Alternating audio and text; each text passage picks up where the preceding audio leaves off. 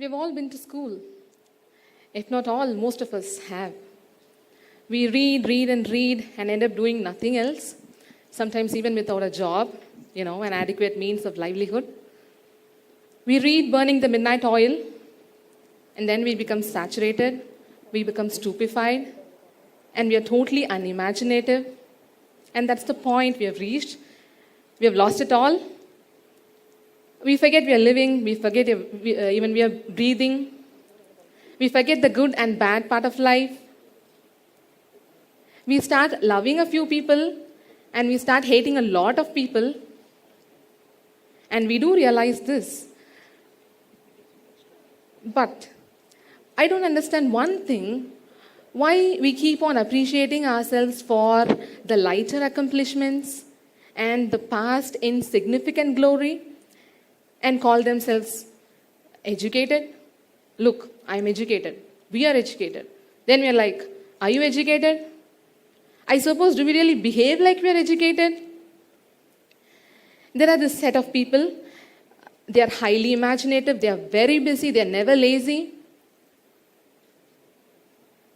They don't study much. They don't work. In fact, they become school dropouts. But when you observe them closely, you can also notice that they are the world's best creators, the choicest inventors, finest writers, greatest orators, and matchless personalities, and they can be collectively called as dyslexics. They are known to have made magnificent, extraordinary contributions like these: Mona Lisa by Leonardo da Vinci. I guess we all know this. Dyslexia is a silent disability that happens at a very early stage of life, say even when the person is in the mother's womb. There is this process called as forceps delivery. When the baby is unable to come out of the mother's womb, they put a forceps, and during that process, a particular part of the brain may get damaged, and that can lead to dyslexia at a later stage of life. And of course, dyslexia is hereditary also. And this is a typical dyslexic writing, dancing letters and poorly oriented lines. And please don't think all doctors are dyslexic, especially after looking at their prescriptions. Now you can bring this movie, Tare Zameen Par, to your minds. Research tells that this is how a dyslexic brain works when a person is reading. A dyslexic person was a normal reader. A 16-year-old dyslexic guy, when he was asked to read India is my country, he read it out like INDIA, ISMY, COUNTRY. And then he was like, in India, S, my, C, century. A 7-year-old dyslexic girl, when she was asked to write M-N-O-M, she beautifully wrote W. Writing W for M. They have this letter reversal problems. And they also have difficulty in identifying the right and left orientation problems. So they end up wearing the shoes like this. Dyslexics are totally different people. They're not like the normal people. They do things differently. They act differently. They don't do things like the normal people do. So when they are different, they are being ignored. Our society generally doesn't like differences, be it difference of thought or opinion or whatever. So when they are different, they are being neglected. They are being scolded and screwed up for being different. And this sows the seed for their acts of bullying. They start disturbing the next person. And they are hyperactive during classes when usually normal children are asleep. And dyslexia is basically a reading disorder and not a behavioral problem. But see where this has taken the individual. We generally relate dyslexia to intelligence. No, it is not related to intelligence.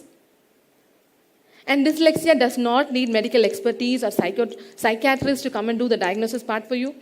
Every other person can. the parent, the teacher, the very next person can diagnose it. Okay. So I said, dyslexia. These people have trouble with remembering facts. These subjects, they are always volatile. We study today, we forget it tomorrow. That's normal. So what can be done? Shall we adopt this repetition technique? Repetition, they say, is a great technique. It was my first day in school as a trainer. After completing a chapter, there was a test. And when the dyslexic guy was asked to write the test, he scored really low.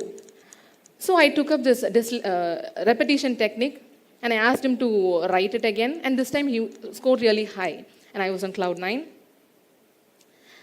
So the next day I continued with the same process, asking him to repeat second time, third time, fourth time, fifth time. And it was the 10th time by now. And perhaps the day before the examination, he couldn't remember a word. And I had gone half mad already, but he was happily smiling. You already know what the problem is and that they can't. So who's got to change? The first and foremost technique that you apply to a dyslexic child is the art of phonetics. Like say you write A, and then you call it A and not A. You write B and you call it B and not B, etc., etc. And dyslexics, they also have this difficulty in differentiating B and D. You know, remember the right and left orientation problem they have? You know, these two letters have something in common, that is a circle and a line. During research, one of the team members came up with a solution for this problem, saying, why do you teach them both? Teach them only one letter. Problem solved. Probably you can't do justice to your job when you do that. So when you're teaching B, you can actually say, put the belly down. And when you're teaching D, you can cook up a storytelling, put the ball down and the bat behind. And this really helps a beginner dyslexic child. But the grown-up dyslexic child is completely different. You cannot mold them that easily. You cannot just like that go and tell them, do this and do that, and get a very nice reaction. You know, like any other adult, we generally don't like being taught.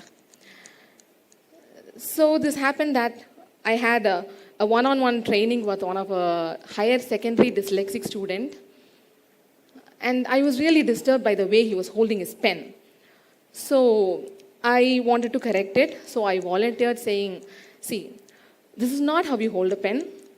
Put your tall finger below, put your thumb on one side, put your index finger on the other, and there it is. This is how you hold it. There was a murderous silence at first. I couldn't stay calm any longer, so I repeated it again. And this time he was like, I know, but I can't. I wasn't satisfied like any other teacher, you know. We generally don't believe in the child. We don't allow them to be themselves or do it by themselves. We keep on interfering. And this time when I interfered, he was like, I know, you know, with a grrr on his face. And I was like, uh-oh, somebody's around. And dyslexics, they are basically right-brained people. That means they can read pictures better than letters. So when you write A, they look at it like something with a nose on the top. When you write C, they look at it as a crescent moon. When you write S, they look at it like a slide wherein they can play during the class time. So this technique can be actually used to make them learn words like these, wherein you can draw two eyes and a nose in between and say E-Y-E-I and make them learn the word. And this really helps. And also you can use colors and shapes to highlight the things, the important keywords, I mean. And also the normal mnemonics which we all use, you know, taking the first letters of the series and making them into an acronym. And that also helps. Then you can make study a game. Who doesn't love to play? When you want to teach them a word, you can just split the word into different spellings. You can make word cards out of them. And you can make it into a puzzle, a game for them to play with. And I bet you cannot lose their attention. And dyslexics, they are very kind and great human beings. Once I happened to test the cognitive level of development of a fourth grade dyslexic child, but he was put in his first grade, and he was asked to write a paragraph on anything. So he came up saying, I love my mom, she loves cooking. I love my dad, he's gone to work. I love my brother, he's gone to school. And then he wrote, my teacher is a butterfly. Oh, great God, he can think. He can think unlike any of the normal, globalized, technologically advanced person with a mobile phone. He can consider and acknowledge the person sitting right next to him, unlike any one of us with a Facebook and a WhatsApp account. He can be kind to a stranger and include him or her in his schedule and be kind to them, unlike any of us from an urbanized setup. And we call them handicapped, and we call them disabled.